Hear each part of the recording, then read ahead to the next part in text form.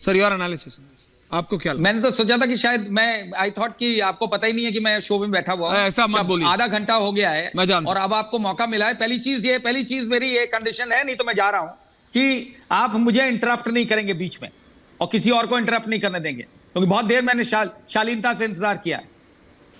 पहली चीज ये है कि मुझे तो ऐसा लग रहा था कि मैं डिबेट में नहीं आया हूं, ये पॉलिटिकल रैली हो रही है, बीजेपी की इलेक्शन रैली हो रही है, वहां पे आ गया हूं।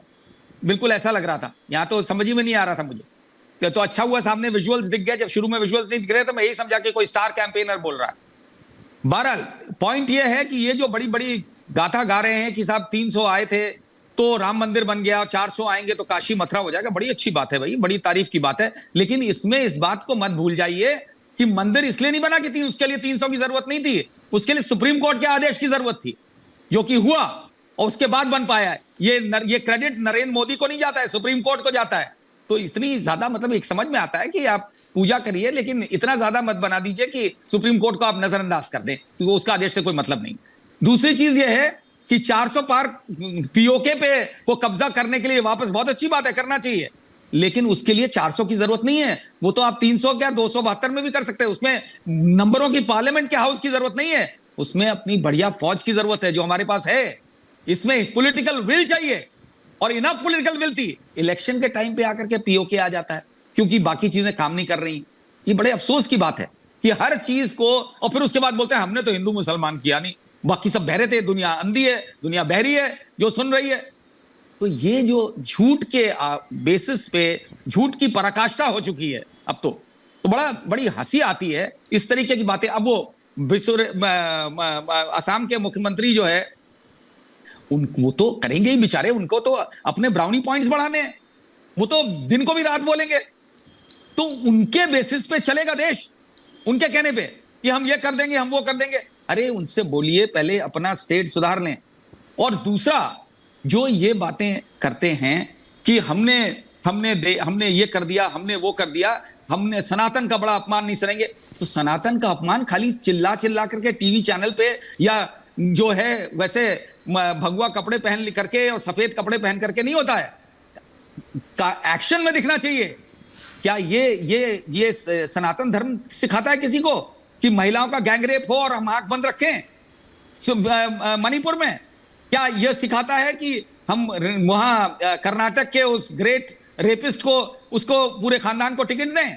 वो बड़ा अच्छा है, यह सिखाता है सनातन धर्म? बिल्कुल नहीं सिखाता है। ये कोई और सनातन धर्म होगा, भाजपा का सनातन धर्म लगता है कोई और है ना। ये सिखाता है कि बिल्किस बानो का, चाहे वो मुसलमान रही हो, लेकिन रेप मेरे को बोलने नहीं, ये बीच में मत बोलिए।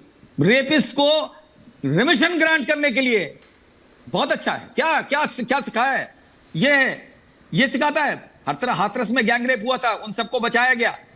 ये इस तरीके की चीजें महिलाओं के समान। और उसके ऊपर बृजभूषण शरण सिंह जैसे व्यक्ति को, उसको उसके बेटे को टिकट यहां तो आप फंसे हैं। तो ऐसा व्यक्ति जिसने चार्जशीट बन चुकी है, जिसने भारत की महिला रेसलर्स के साथ इतना दुर्व्यवहार किया है, ये सनातन संस्कृति नहीं सिखाती है। ये भाजपा का सनातन धर्म कुछ और होगा। और एक बात और बता दूं आपको, अगर आप चाहते हैं कि पिछले में जाना है, इतिहास में जाना है, तो इतिहास में बौद्धों के मंदिर बहुत तोड़े गए हैं हिंदुओं द्वारा।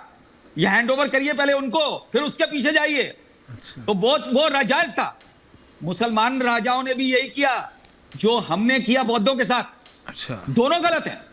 लेकिन अगर जाना ही है तो फिर ओरिजिनल जाइए वहां पे, ये करके वाहवाही न लूटिए। क्विक रिस्पांस खाली इलेक्शन टाइम पे ओके, समझ में आता है आपकी ड्यूटी है ये सेवा करना बीजेपी की, इसलिए चिल्ला चिल्ला के बोलिए। अब हो गया भाषण सुन लिया। अजय आलोक जी, रविंद्र भाटिया, अरे लोगों को 20-20 मिनट। दानिश जी आ रहा हूं, 2 minute. Sharad ji, okay Sharad ji, thank you. हाँ, अजय आलोक जी क्विक रिस्पांस। पंकज जी आ रहा हूं, दानिश भाई आ रहा हूं। सुनिएगा, बीच में बोलिएगा मत।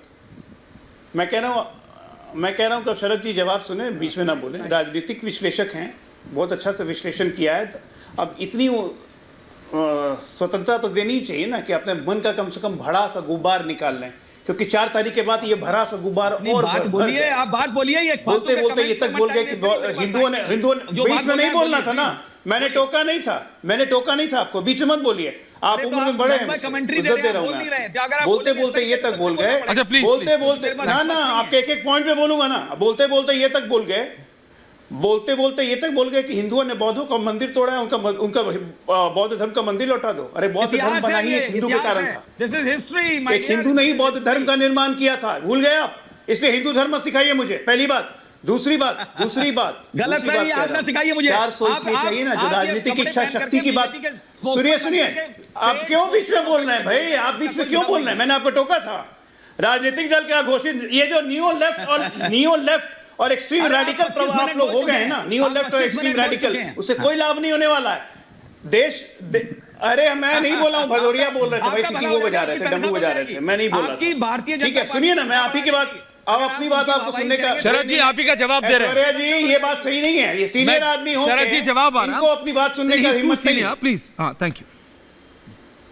बोलिए अजय जी, आप अपनी बात रखिए, फिर पंकज जी। सुनना चाहिए ना, सीनियर है, मैं रिस्पेक्ट कर रहा हूं, तो इनको अपनी बात सुननी चाहिए। सुन रहे हैं। सारा ज्ञान इन्हीं के पास थोड़ी ना है।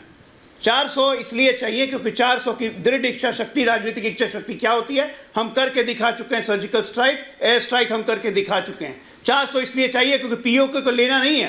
पीओके हमारा है जिसपे पाकिस्तान ने कब्जा किया हुआ है। एक व्यक्ति की नपुंसकता के कारण पाकिस्तान को वो जमीन मिल गई। ये बात अगर समझ में आती है तो समझ में आए, और नहीं तो अपने दिमाग में बैठा लीजिए। हम तो वापस लेके रहेंगे पीओके, क्यों हमारा है वो। ठीक है, अब अरे अभी देखिए ना, अभी देखना ही, अगले 30 साल तक आप लोग को देखते जाना है। 50 साल देश आप लोगों को देख चुका है, अब हमें भी देखेगा जरा 30-40 साल तक आराम से। ठीक है ना, ये देश कैसे बदलता है। सनातन की आप बात करते हैं, खुलेआम जो सनातन को कोरोना कहता है, तब शरद प्रधान के मुंह में दही जमी हुई थी। सनातन का नाश कर देना चाहिए। नहीं, सनातन का नाश कर देना चाहिए। तो उस वक्त शरद प्रधान जैसे व्यक्ति ऐसे देखते हैं। इससे हमारा मतलब नहीं है, श्रीमान जी, इससे हमारा मतलब नहीं है। तब कान में कोई फूकेगा नहीं शरद प्रधान के, लेकिन अभी इनको सनातन धर्म अलग दिखता है। एक एक करके एक मिनट। बृजभूषण शरण सिंह की बात हुई थी, बृजभूषण शरण सिंह की बात हुई थी। बृजभूषण शरण सिंह पे, हाँ नहीं, बृजभूषण शरण सिंह पे चार्जशीट किसने फाइल की रिकॉर्ड टाइम में? दिल्ली पुलिस किसके अंडर में? होम मिनिस्ट्री के अंडर में। तो न्याय हुआ कि नहीं? अगर बृजभूषण शरण सिंह को बचा रहे होते तो चार्जेस फ्रेम क्यों करती दिल्ली पुलिस?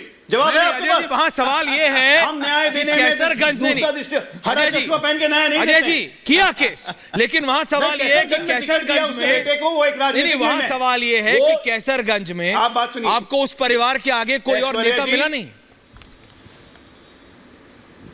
नहीं, ऐसी बात नहीं है, ये राजनीतिक निर्णय है। उनका पुत्र युवा भारतीय जनता पार्टी युवा मोर्चा से लेके तमाम मोर्चों पे सक्रिय था, वो एक राजनीतिक निर्णय होता है।